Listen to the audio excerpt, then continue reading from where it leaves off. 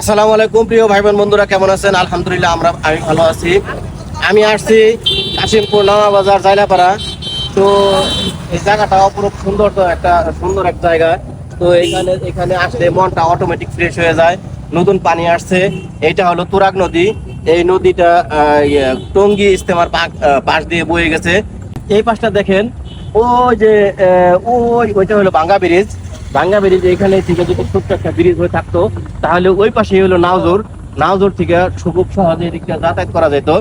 যাই হোক, আমার সাথে আছে এই যে আমার ছেলে মোহাম্মদ নেওয়াজ। পাশে আছে আমার একটা ছোট্ট পুটি ভাই।